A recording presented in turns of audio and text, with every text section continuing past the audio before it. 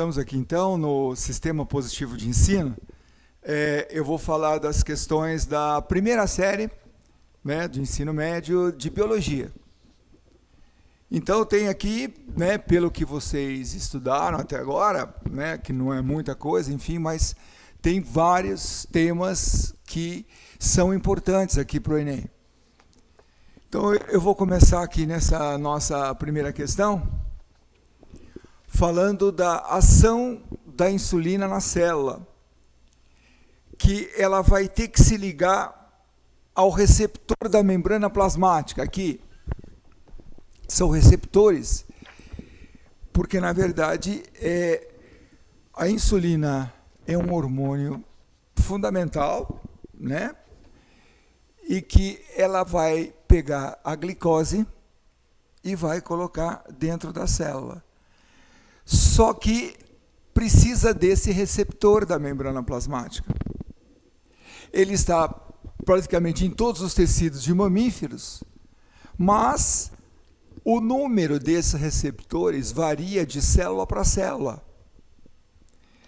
Então, de fato, se a insulina vai pegar a glicose e colocar na célula, né? Por exemplo, o eritrócito, ele não consome muita energia, então ele não tem muitos receptores, tem 40.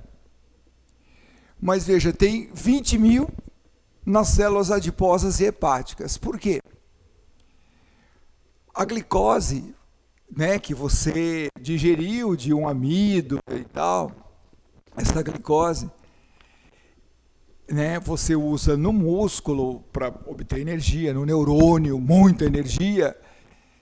E aí o que sobra dessa glicose vai ser mandada justamente para as células hepáticas. Ou seja, esse excesso de glicose vai ser armazenada no fígado na forma de glicogênio. Então, assim como as plantas, né, têm um polissacarídeo, que é o amido, o nosso polissacarídeo é o glicogênio, que é armazenado no fígado. Quando enche esse glicogênio no fígado, aí ele vai, o restante dessa glicose que está sobrando, vai para onde? Para as células adiposas, e é onde a pessoa engorda. Então, primeiro você usa essa glicose, músculos, neurônios, no teu metabolismo. Depois, essa glicose o que sobra é mandada para o fígado. E se sobrar ainda mais, vai para as células hepáticas. Esse receptor é uma glicoproteína, né? Esse receptor é uma espécie de uma ponte que manda a insulina para dentro da célula. Tanto que aí, quando uma pessoa tem uma deficiência na produção de insulina, que é fabricada no fígado, né? Ela vai ter o diabetes. Por quê? Ela, com menos insulina, ela não vai colocar tanta glicose assim nas células e essa glicose vai ficar circulando no sangue. Por isso que dá um aumento no nível de glicose no sangue, de glicemia. Tanto que aí o exercício físico que vai ter que queimar essa glicose, que é fundamental numa pessoa que tem diabetes.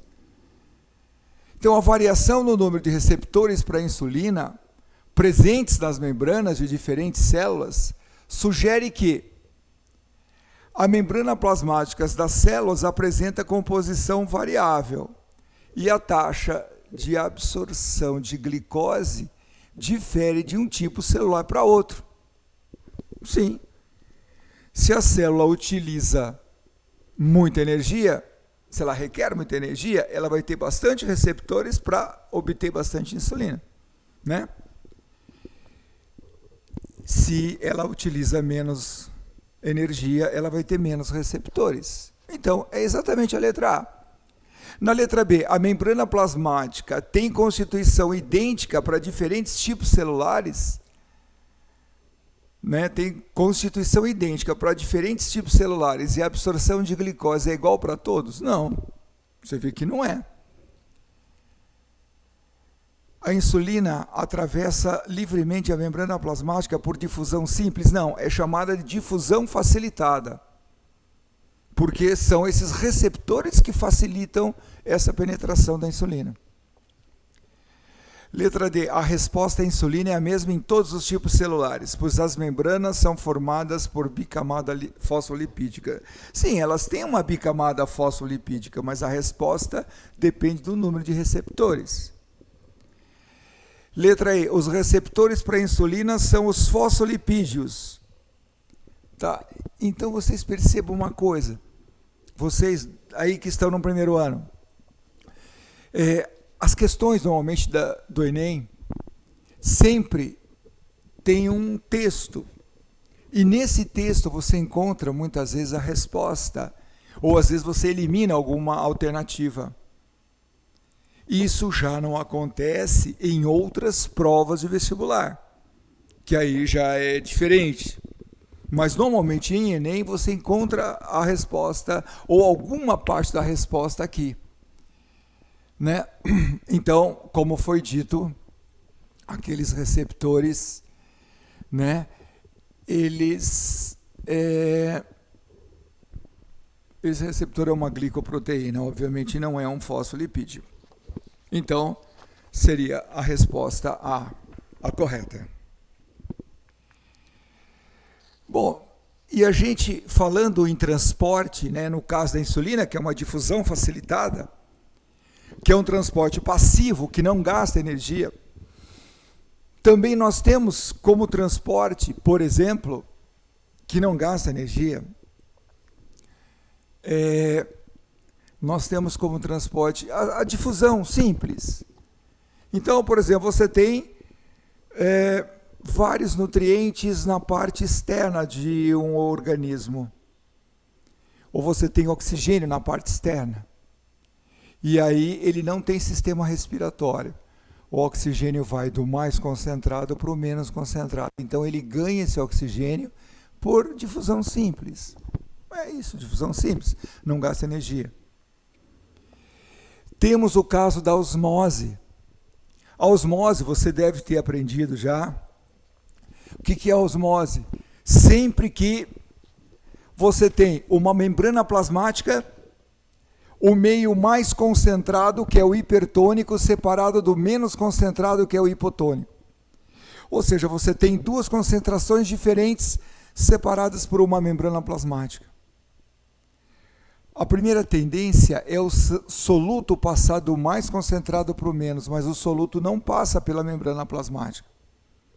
Se ele não passa pela membrana plasmática, então a água que está em grande quantidade no menos concentrado, ela passa do menos para o mais.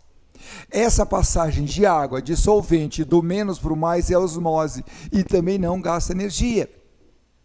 Isso ocorre em protozoários de água doce, ocorre em algas, ocorre no nosso organismo, enfim. Isso é osmose. Não gasta energia também. Mas o que nós estamos vendo aqui na membrana plasmática seria a entrada, por exemplo, de sódio, saída de potássio. Quem segura sódio fora, potássio dentro, ou vice-versa, quem segura essas concentrações diferentes? Porque, obviamente, se eu tenho mais potássio dentro do que fora, ele tende a sair. Se eu tenho mais sódio fora do que dentro, ele tende a entrar. E quem segura um fora e outro dentro, contrariando isso, é a bomba de sódio e potássio. Claro que para você, né? Por exemplo, o sódio entra, aí vai um carregador e traz ele de volta. Né? O sódio. O potássio sai, vai um carregador e traz ele de volta para dentro. Então, quem segura essa diferença de concentração é a energia. Então, são carregadores ali que gastam energia. Então, isso, claro que é transporte ativo. Então, mas nesse caso, em 2015, publicaram-se reportagens relacionadas à ação benéfica de canabinoides, ou seja, da cannabis, da maconha. Eles são capazes de influenciar o mecanismo representado acima. Ou seja, eles alteram a bomba de sódio e potássio. A modulação, que é a alteração da atividade da proteína que realiza o transporte de íons demonstrados, é induzida por endocannabinoides. Porém, os cientistas ressaltam que isso não deve ser entendido como estímulo ao consumo da droga. A alteração dessa atividade da proteína aí gera, portanto, variação diretamente no funcionamento do quê? Porque normalmente a bomba de sódio e potássio, ela é através dela que nós temos o impulso nervoso. Isso, obviamente, então vai afetar o funcionamento de neurônios, vai deixar mais calmo, mais relaxado. Osmose. Não tem nada a ver com osmose. Nós vimos que osmose não tem nada com bomba de sódio e potássio. É transporte passivo. Difusão simples também é passiva. A difusão facilitada também é um transporte passivo, mas não de sódio e potássio. Altera o que ali? A bomba de sódio e potássio, que é um transporte ativo. Os outros são passivos. Ok?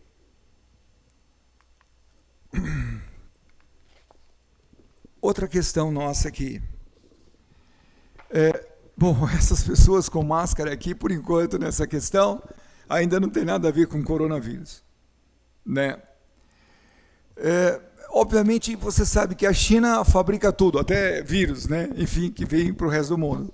Mas não é o caso. E essa massificação, né, essa produção de tudo lá na China, leva a isso que você vê, ó. É uma atmosfera pesada, né, toda cheia de partículas. É uma atmosfera, né, toda poluída.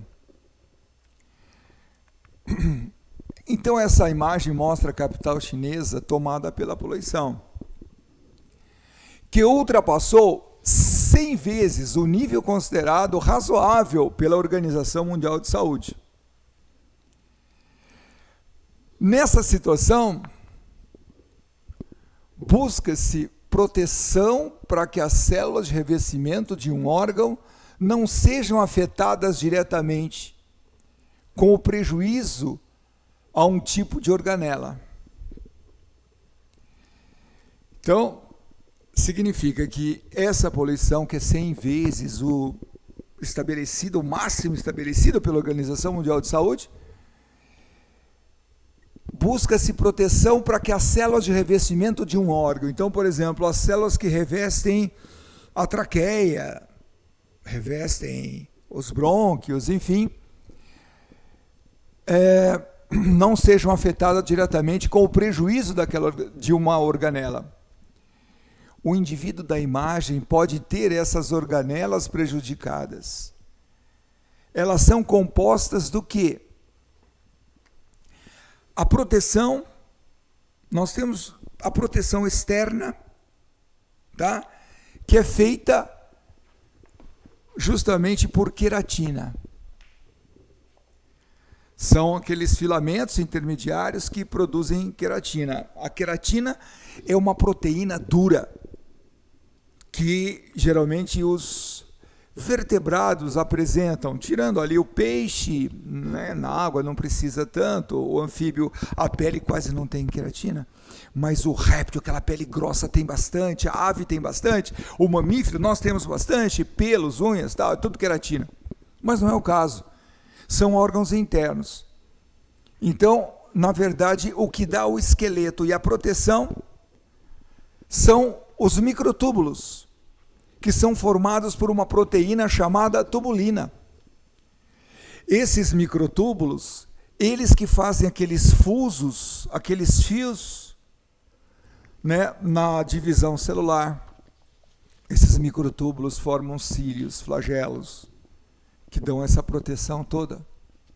Então, de fato, são microtúbulos formados por uma proteína chamada tubulina. Ok? Então, a resposta aí, a correta é a letra A. A nossa próxima questão é um estudo recém-concluído na USP, na Universidade de São Paulo, onde esse pesquisador, o Renato Massaro, orientado por Silvia Maria Engler, ele testou um composto extraído de raízes e folhas de um arbustos da Mata Atlântica, que é a pariparoba. Essa pariparoba contra a linhagem de células humanas de tumor de cérebro, que cresciam em um meio de cultura apropriado, mantido em laboratório. Então, esse pesquisador estava usando um composto que ele extraiu de raízes e folhas da pariparoba, exatamente para conter um tumor, um câncer de cérebro.